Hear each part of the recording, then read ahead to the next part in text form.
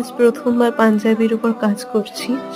খুব ভয় লাগছিল যেহেতু প্রথমবার, তার উপর আবার একটা নতুন পাঞ্জাবি। যাই হোক, ভয় পেয়ে বসে থাকলে তো আর চলবে না। তো আমি ১ম এ পাঞ্জাবিটার উপরে একটা হোয়াইট পেন্সিল দিয়ে মেইন বেসটুকু করে নিলাম।